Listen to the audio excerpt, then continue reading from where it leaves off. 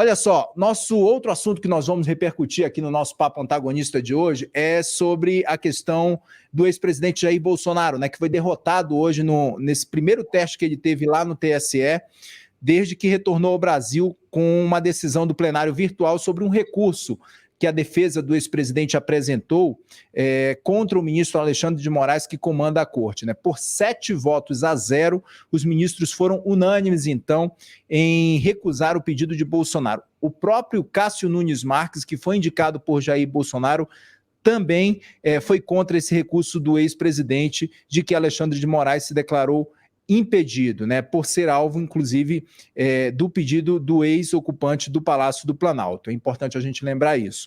Os advogados de Bolsonaro queriam que o TSE declarasse Moraes suspeito para julgá-lo em um processo que investiga por abuso de poder político e usar também os palácios do Planalto e da Alvorada para fazer aquelas lives por conta do período eleitoral. É importante lembrar que a defesa do ex-presidente já apresentou 2 alegações finais sobre esse caso, que está sob sigilo lá no TSE e apura uma reunião com os embaixadores que foi feita numa live no ano passado ali, em que o ex-presidente Bolsonaro colocou em dúvida, sem apresentar provas, a lisura do nosso processo eleitoral. Inclusive agora o Ministério Público Eleitoral tem até amanhã, quarta-feira, então, para dar esse parecer sobre esse caso. Após isso, o ministro Benedito Gonçalves, que é o relator desse caso, ele deve realizar a liberação para o julgamento pelos demais magistrados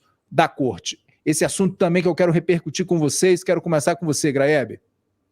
Vamos lá. Primeiro, Kenzo, você é um cara legal, tá? Deixar registrada a minha opinião aqui. Sobre o TSE.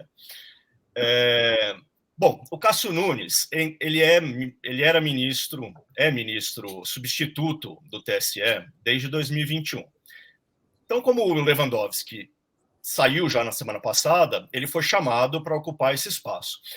E agora a gente precisa dizer que ele vai ser confirmado como substituto do Lewandowski no TSE daqui para frente. Então, ele estava numa posição meio que de reserva ali e agora vai virar titular. Esse é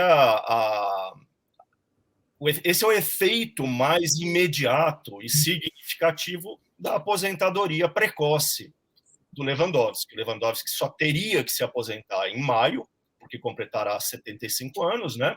Mas resolveu antecipar um pouquinho, e com isso, o julgamento dessa ação de inelegibilidade do Bolsonaro, que está pronta para ser votada, né?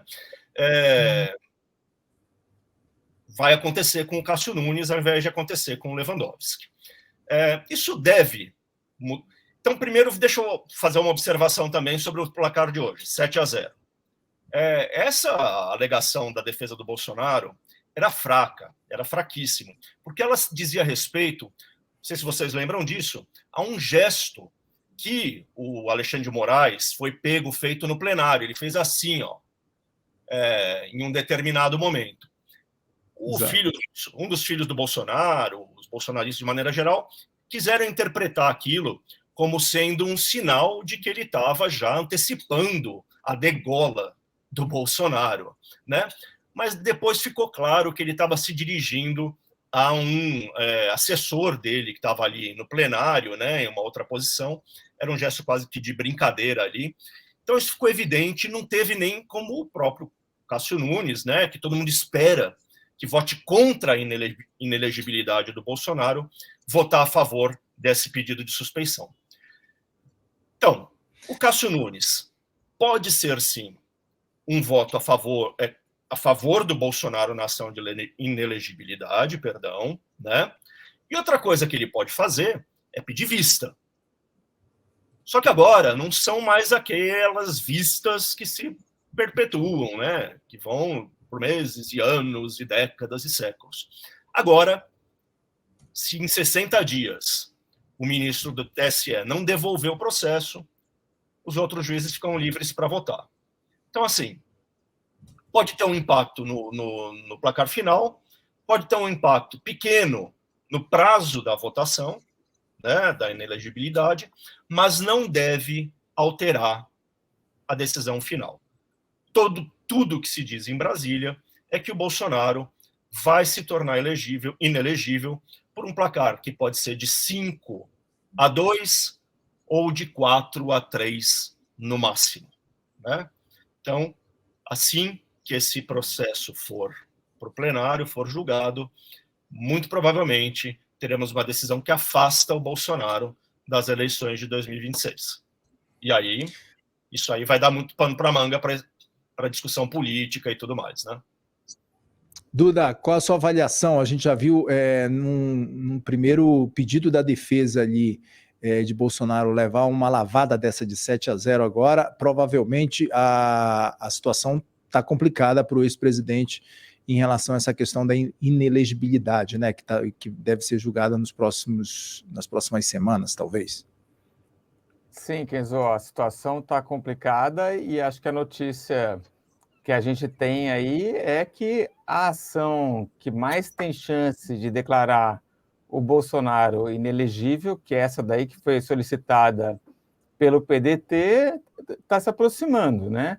É isso daí, vai ter o parecer amanhã do Ministério Público e aí você já tem o agendamento da data do julgamento, ainda que possa ter um período de vista que, como o Grebe falou, não dá para adiar isso para sempre.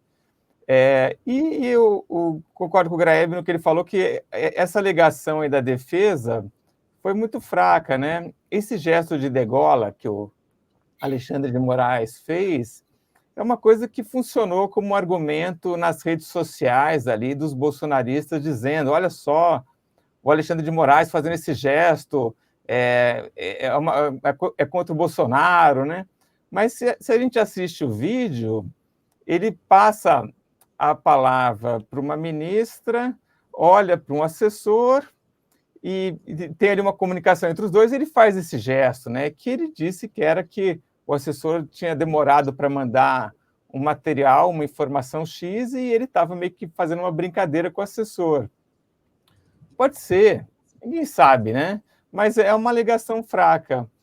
Outra alegação é que, junto dessa ação do PDT, então, que fala dessa coletiva de imprensa atabalhoada com os embaixadores no Palácio da Alvorada, eles juntaram aquela minuta que foi encontrada no armário do Anderson Torres. E a defesa falou, puxa, mas o que tem a ver uma coisa com a outra, né? Se essa minuta não traz nenhuma ligação direta com o Bolsonaro.